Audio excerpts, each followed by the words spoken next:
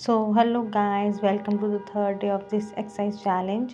Daily की तरह मैं उठ गई थी जल्दी और जल्दी से अपने एक्सरसाइज के लिए रेडी हुई।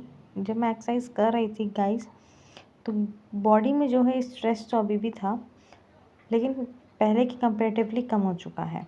और गाइस, इस वजह से मैंने अपनी कुछ टाइम के लिए मॉर्निंग वॉक स्किप कर रही हूँ, क्योंकि मैं चाहती हूँ कि बॉडी को फुल रेस्ट मिले और स्ट्रेच जो एक्सरसाइज है उसके थोड़ा टाइम एक्स्ट्रा मिले।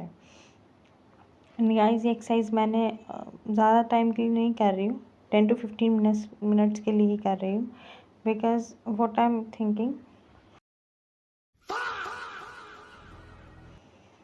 मेरी बॉडी को जो है अभी रेस्ट चाहिए। Because I was continuously going on morning walk bag की पूरी बैंड बज चुकी अराउंड है। 4 to 5 months,